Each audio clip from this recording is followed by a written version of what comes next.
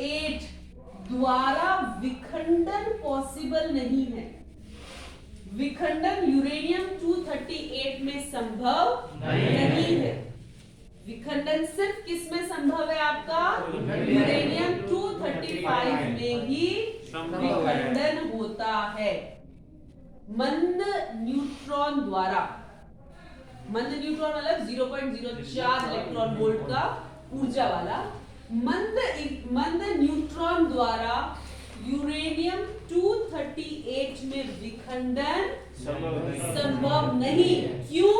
क्योंकि ये यूरेनियम 238 क्या करेगा? ऐसे न्यूट्रॉनों का अवशोषण कर लेगा। ये हानि पहुंचा रहा है आपको। यूरेनियम 238 अच्छा नहीं है। क्यों नहीं है? ये इन न्यूट्रॉनों को खा जाएगा। हाँ, तो फिर हमारा वहां पर विखंडन नहीं हो पाएगा। तो ये सही नहीं है। मंद न्यूट्रॉन द्वारा यूरेनियम 238 में विखंडन संभव नहीं, क्योंकि ये क्या करता है? ऐसे न्यूट्रॉनों का अवशोषण कर लेता है। मंदगामी न्यूट्रॉनों द्वारा सिर्फ और सिर्फ यूरेनियम 235 में ही विखंडन संभव है, किंतु इसका जो प्रतिशत है वो बहुत कम है। हमारे पास एक समस्या ये है कि जिसमें विखंडन हो सकता है, जिससे हमको ऊर्जा प्राप्त हो सकती है, आगे जाके यह नाभिकीय ऊर्जा विद्युत ऊर्जा में बदली जाती है नाभिकीय भट्टी द्वारा। ठीक है ना? तो ये एक अच्छी चीज है। तो ये जो विखंडन सिर्फ और सिर्फ इसमें पाया जा सकता है, किंतु समस्या ये है कि इसकी जो प्रकृति में उपस्थिति या प्रतिशत है वो बहुत ही कम है। तो किन्हीं कृत्रिम पद्धति द्वारा, कुछ कृत्रिम पद्धति यानी कि तरीकों द्वारा क्या किया जाता है कि यूरेनियम 235 का प्रतिशत 0.7 से बढ़ाकर 3% तक लाया जा सकता है। पुनः सुने मेरी बात कि विखंडन सिर्फ यूरेनियम 235 में संभव, किंतु समस्या यह कि इसका प्रतिशत बहुत कम है। तो क्या करते हैं? प्रतिशत बढ़ाने के लिए कुछ कृत्रिम पद्धति अपनाई जाती है, जिसके द्वारा इसका प्रतिशत 0.7 से बढ़ाकर 3% तक कर दिया जाता है। इस प्रकार प्राप्त यूरेनियम को कहा जाता है समृद्ध यूरेनियम। समृद्ध यूरेनियम। बात समझ आई? तो हमने यहाँ पे दो बात सीखी कि इसमें क्यों विखंडन नहीं। क्यों? क्योंकि यह इसमें विखंडन पॉसिबल, पर क्या समस्या? फिर क्या किया हल?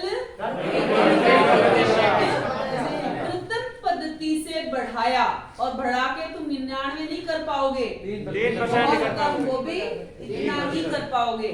तो जब कृत्रिम उपायों द्वारा आप इसका प्रतिशत बढ़ाते हो, ऐसे यूरेनियम को हम कहते हैं समृद्ध यूरेनियम।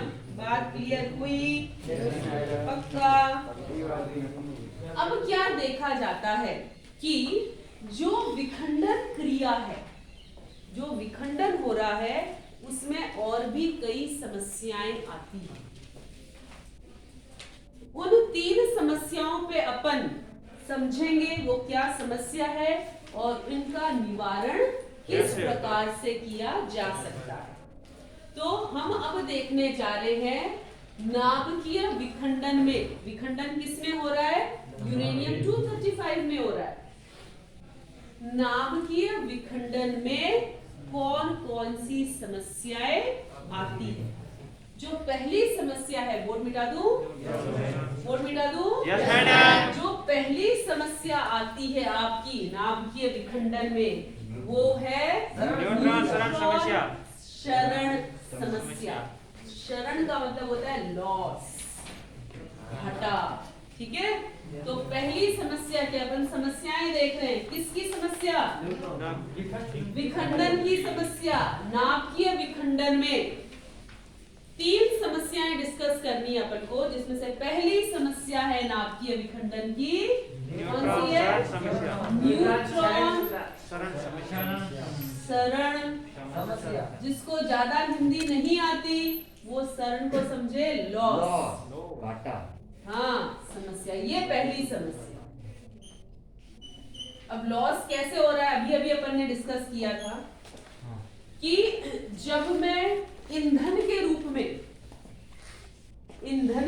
में यूरेनियम डाल रही हूं, नाभिकीय भट्टी में अपन ने यूरेनियम रखा हुआ है ईंधन के रूप में।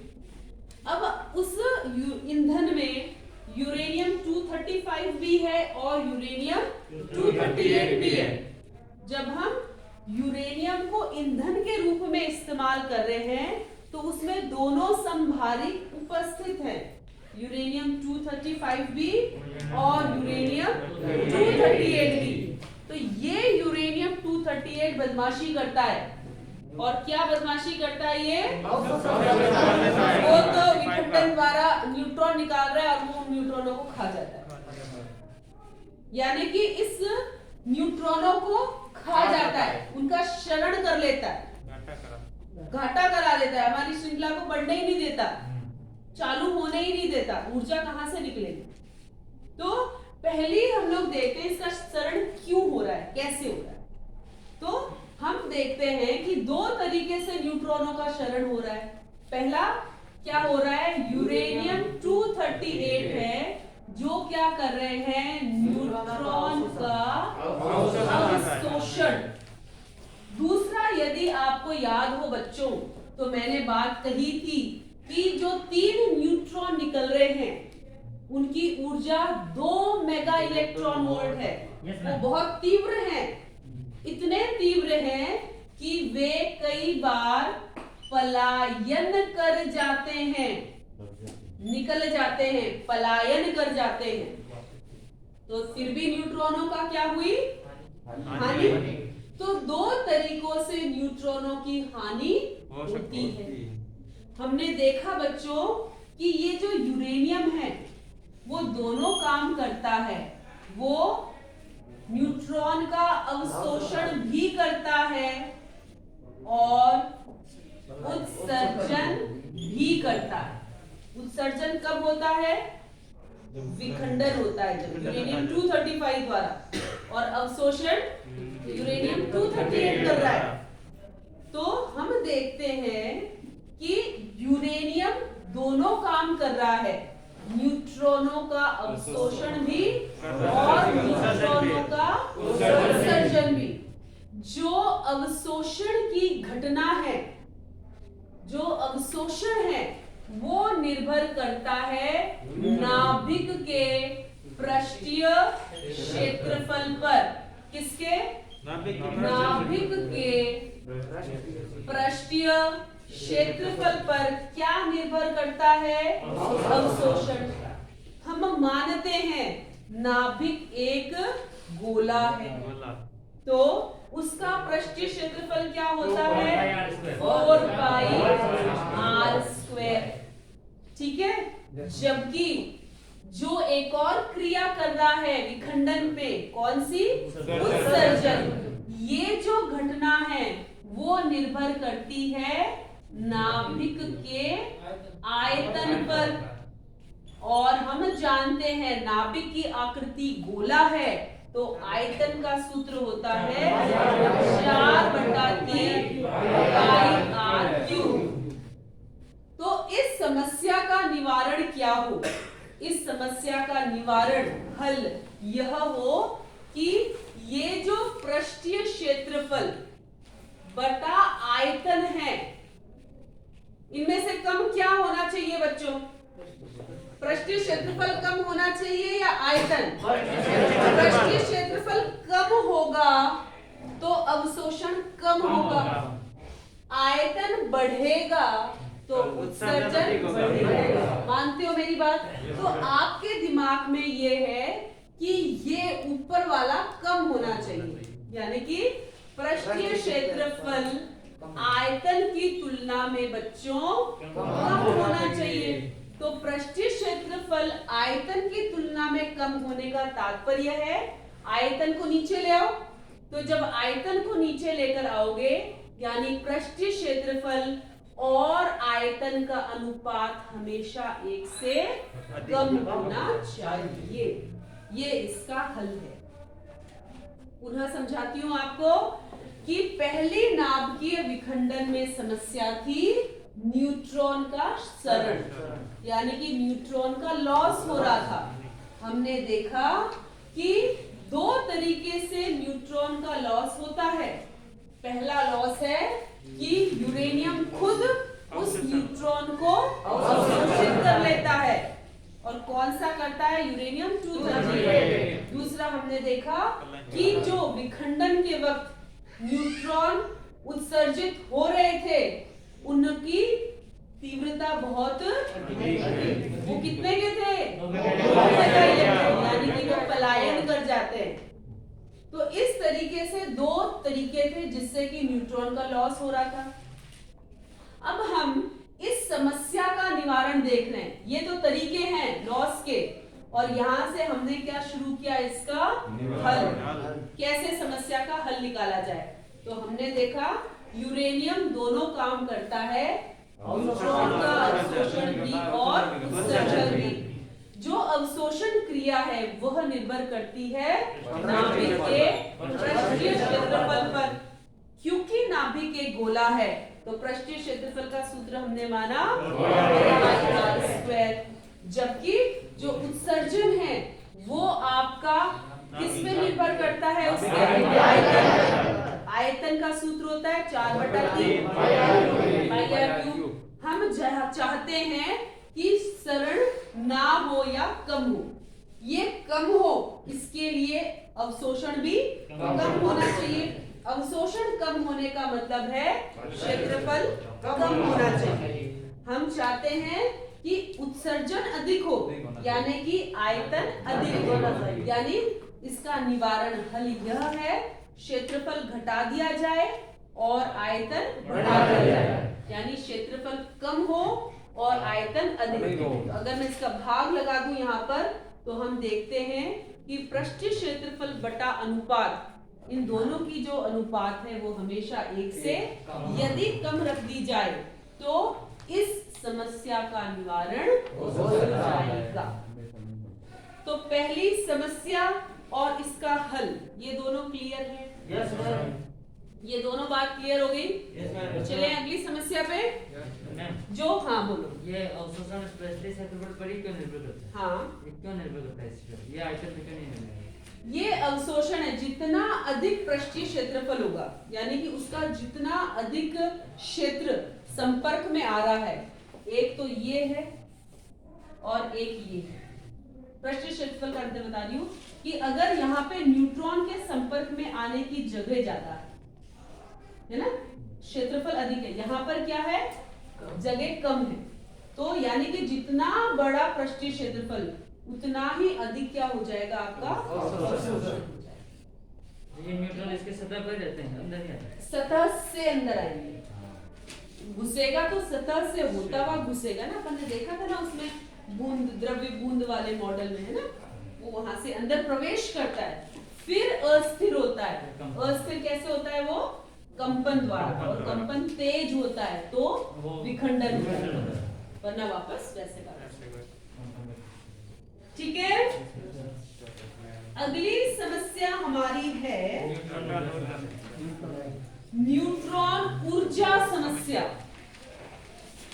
चले न्यूट्रॉन, अच्छा ये उतार लिया था ना तुमने? Yes madam. दूसरी ऊर्जा की समस्या। क्या देखो, हमने बात करी जब विखंडन होता है नो डाउट हमको 2 या 3 न्यूट्रॉन मिल रहे हैं, वो आगे और विखंडन करा देंगे, पर वो जो न्यूट्रॉन मिल रहे हैं उनकी ऊर्जा कैसे कैसी थी बेटा? कितनी थी? 2 मेगा। क्या वो 2 मेगा इलेक्ट्रॉन वोल्ट का न्यूट्रॉन, ये यूरेनियम 235, ये कैसे न्यूट्रॉन द्वारा विखंडित होगा? जिसकी ऊर्जा इतनी 0.04, यानी मुझे कैसा न्यूट्रॉन चाहिए?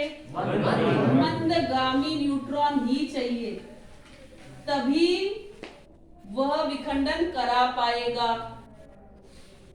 पर हमने क्या देखा? विखंडन के वक्त जो आपके 3 न्यूट्रॉन निकले, ये जो 3 न्यूट्रॉन निकले अपने, इनकी ऊर्जा कैसी थी? इनकी ऊर्जा कैसी थी? बहुत अधिक, 2 मेगा इलेक्ट्रॉन वोल्ट, यानी कि 2 × 10⁶ इलेक्ट्रॉन वोल्ट। ये कैसे थे? तीव्रगामी न्यूट्रॉन थे बेटा, बहुत तेज गतिज ऊर्जा थी इनकी। क्या ये न्यूट्रॉन, मैंने आगे चित्र में तो स्टार्टिंग में बता दिया था, ये आगे एक और यूरेनियम से टकराएंगे और तुम्हारा आगे वो श्रृंखला चलेगी। किंतु सोचो, क्या ये इतनी ऊर्जा के न्यूट्रॉन आगे जाके यूरेनियम को विखंडित कर पाएंगे? नहीं। तो ये एक समस्या है ना। समस्या क्या है? इन न्यूट्रॉनों की ऊर्जा समस्या है कि इन न्यूट्रॉनों की इतनी ऊर्जा होती है कि यह आगे विखंडित नहीं कर सकते। तो इसका हल क्या हुआ? ऊर्जा कम कर देंगे। हल ये हुआ कि कुछ ऐसा करें कि इनकी ऊर्जा घट जाए। इनकी ऊर्जा क्या हो जाए? घट जाए, और घटकर कितनी हो जाए? 4 इलेक्ट्रॉन वोल्ट हो जाए। तो ये निवारण है। अब ये घटाएं कैसे? ये घटाए जाते हैं मंदक द्वारा। मंदक शब्द ही तुम्हें कहता है, उसको मंद कर रहा है, धीमा कर रहा है। और ये मंदक कौन होते हैं? ये मंदक होते हैं भारी जल, साधारण जल, या फिर ग्रेफाइट। ये कौन होते हैं? ये इनके उदाहरण है, आपको याद रखने हैं। समझे मेरी बात? समस्या समझ आई?